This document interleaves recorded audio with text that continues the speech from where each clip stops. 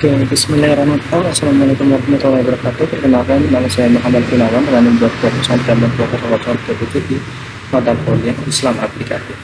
Oke, di sini saya mendapatkan tugas perkembangan Islam di tanah di Indonesia dan metode apa yang paling cocok untuk diterapkan atau diaplikasikan di era Islam yang sekarang ini.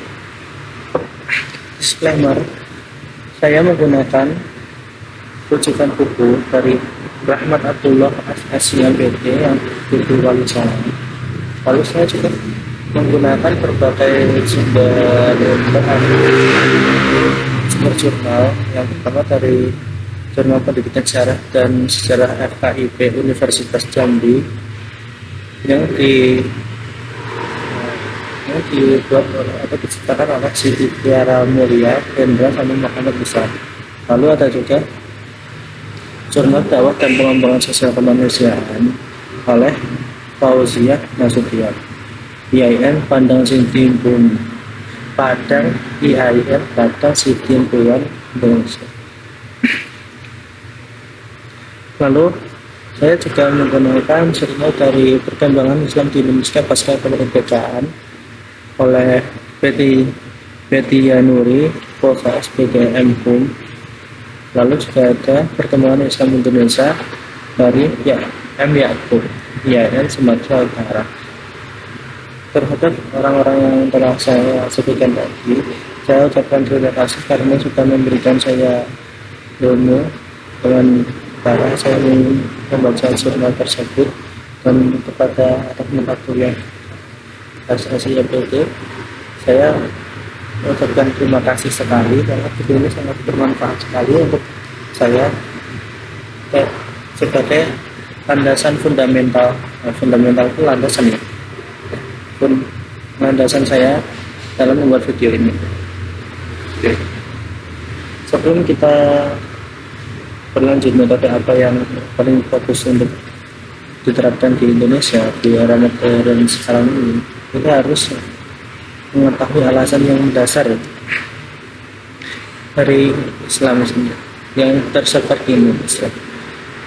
Islam tersebar di Indonesia itu ada beberapa teori. Yang pertama ada teori Cina, ada teori Gujarat, ada India, ada teori Turki, dan ada teori Mekah. Nah, dari teori-teori tersebut, manakah yang paling valid dan manakah yang paling benar? Menurut saya, ini pendapat pribadi saya, teori-teori itu benar semua. Tapi untuk mengawali suatu pendakwahan itu, mari kita coba telah. Indonesia itu jaya pada masa Singasari, bacaan Singasari.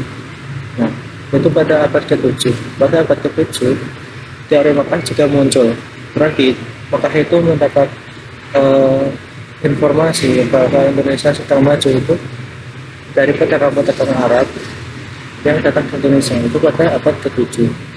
Nah, orang Arab ini, mereka itu sampai ke Indonesia ini bagaimana? Nah, nanti dari penjelasan ini bakal ada pembenaran dari teori-teori selanjutnya. Oke, yang pertama dari Mekah itu pada abad ke-7 orang Arab datang sendiri ke Indonesia. Tapi bagaimana cara orang Arab itu datang ke Indonesia? Mereka mengharuskan lewat jalur sutra. Jalur sutra itu melewati India. Nah, maka dari jalur sutra ini teori Gujarat akan muncul. Setelah itu, setelah dari Gujarat muncul, baru mereka itu lewat Cina. Nah, lewat Cina, maka teori Cina juga muncul. Setelah itu, mereka pergi ke Asia Tenggara, ke daerah Nusantara, dan tibalah di Sumatera, Kalimantan, dan Jawa. Maka tiga teori itu muncul. Nah, yang pertama yang paling valid tentu saja teori Mekah. Dari Mekah melewati jalur sutra ke India, lalu dari India ke Cina, dari Cina ke Nusantara. Nah, lalu bagaimana teori Turki? Nah, itu nanti dulu. Ini pada abad ke-7 dulu ini tuh orang Indonesia itu sudah membuat perkampungan di daerah Singasari, di daerah Sumatera itu. Nah, membuat komoditas. Nah, begitu sebelum era Majapahit lahir, orang Islam di Indonesia itu sudah banyak. Setelah itu, pada abad ke-14, itu sebelum runtuhnya era Majapahit, Kesultanan Turki Utsmani mereka mengirimkan mengirimkan orang-orang pilihan untuk berdakwah ke Indonesia, terutama di daerah Jawa. Itu pada abad ke-14 sebelum runtuhnya era Majapahit. Itu kok Turki kok bisa tahu kok orang-orang Indonesia butuh pendakwah. Nah, ini kembali ke dari yang sebelumnya, dari komoditas orang Islam itu di Sumatera itu lalu mendirikan kerajaan Islam yang pertama, namanya Samudra Pasai, lalu mempunyai saudara dari kerajaan Aceh, gitu. Dan di Sumatera itu dipenuhi oleh kerajaan-kerajaan Islam. Nah, kerajaan Islam yang tertua itu Samudra Pasai mengirimkan pesan kepada kerajaan Turki untuk mengirimkan para pendakwah ke Indonesia. Nah, pada abad ke-14 pemerintahan Turki, Kesultanan Turki mengirimkan orang-orang pilihan tersebut sejumlah 9 orang yang diberi nama Wali Songo. Wali Songo sendiri itu sebenarnya bukan wali yang berjumlah 9 orang, melainkan wali yang songonya itu berupa bahasa Arab yang berarti tanah. Tanah itu berarti mulia, atau sebanding dengan kata Mahmud, wali yang mulia. Wali Songo sendiri itu memiliki 9 generasi. Wali Songo itu memiliki 9 generasi. Yang salah satunya itu setelah runtuhnya Majapahit pada era abad ke-14 itu yaitu Sunan Kalijaga. Nah, Sunan Kalijaga itu lalu membuat kerajaan di Demak, yang lalu diteruskan oleh anaknya sendiri yaitu Raden Fatah, dan diteruskan Raden Fatah atau Jaka Tingkir gitu ya. Gitu. Nah, kata Sunan itu berawal dari kata sinuhun atau susuhunan, atau yang dimintain tolong. Jadi wali yang di Sunan itu adalah wali yang dimintain tolong oleh kerajaan Turki untuk berdakwah ke Indonesia. Nah, teori Turki itu baru muncul di abad ke-14 ketika Kesultanan Turki mengirimkan pendakwah ke Jawa. Lalu setelah berkembangnya era Islam di kerajaan tersebut, lalu ketemu para penjajah kata, lalu ada 2 orang yang sangat berdampak di Indonesia, yaitu ada Mbah Yai Ahmad Dahlan dan Mbah Yai Asy'ari. Mereka membuat sebuah organisasi di Indonesia yang dinamakan Muhammadiyah untuk Mbah Ahmad Dahlan, dan untuk Mbah Yai Asy'ari itu Nahdlatul Ulama. Mereka membuat organisasi ini untuk mempersatukan umat manusia agar dapat melawan penjajah. Nah, setelah itu Islam berkembang sampai sekarang dengan menjaga nama itu, ada nama Nahdlatul Ulama yang masih berkembang sekarang, dan Muhammadiyah sekarang.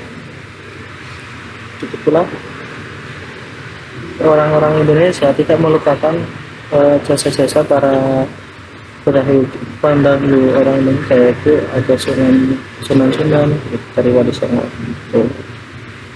Itu adalah dasar dari pendakwahan di Indonesia. Lalu apa yang mereka terapkan di Indonesia? Nah, Nahdlatul Ulama atau NU dan Muhammadiyah itu meniru dari para sesepuh kita dari sunan-sunan itu untuk mengakulturasikan budaya, untuk kita itu saling melihat kondisi lingkungan terlebih dahulu. Contohnya NU sama Muhammadiyah kenapa saling berbeda? NU itu berarti dibawa oleh Mbah Yai Hasyim Asy'ari setelah dari Mekah bersama Mbah Yai Ahmad Dahlan. Mbah Ahmad Dahlan itu di Mekah lagi untuk belajar, sedangkan Mbah Yai Asy'ari itu pulang dan ke tempatnya Mbah Yai Khalil, balik ke Mbah Yai Khalil. Nah, Mbah Yai Asy'ari itu mengajari kepada siapa? Kepada orang-orang desa. Orang-orang desa itu ciri-cirinya waktunya luas, terus pekerjaannya fleksibel, terus orangnya juga tidak mudah capek. Maka Mbah Yai Asy'ari itu berpikir, oh kalau ini dikasih amalan-amalan yang banyak itu berapa, makanya dalam sholat Jumat di NU itu ada 2 kali khutbah, terus ada salawat-salawat yang banyak. Kalau pengen artinya tentu ya salawat 30, kalau pengen rezekinya lancar ya salawat nariyah begitu. Yang satunya Mbah Yai Ahmad Dahlan, dia itu pulang ke Indonesia, lalu dia itu mendakwah di mana? Di perkotaan. Nah, di kota itu ciri-cirinya pekerjaannya padat, waktunya sempit, dan mudah capek. Maka Muhammad Dahlan itu dalam berdakwah itu menganjurkan salat Jumat itu dalam satu khutbah. Lalu salawat ya salawat yang dianjurkan Nabi itu salawat biasa, Allahumma sholli ala Muhammad gitu. Salat subuh pun nggak pakai kunut begitu. Nah, gitu. Jadi metode apa yang paling tepat diterapkan di Indonesia? Menurut dari latar belakang yang tadi saya ucapkan, jadi kesimpulannya itu Indonesia itu paling bagus itu diterapkan yaitu metode kontekstual. Nah, yang mana itu kita harus melihat dulu lingkungan mana yang harus kita dakwahkan, lalu bagaimana kondisi masyarakatnya begitu. Dan kita jangan lupa untuk mengakulturasikan budaya masyarakat terhadap budaya Islami. Jangan terlalu ke barat-baratan, jangan terlalu ke Arab-Araban. Jangan sampai menghilangkan budaya asli di Indonesia. Mungkin cukup sekian yang bisa saya paparkan. Kurang lebihnya saya mohon maaf. Wassalamualaikum warahmatullahi wabarakatuh.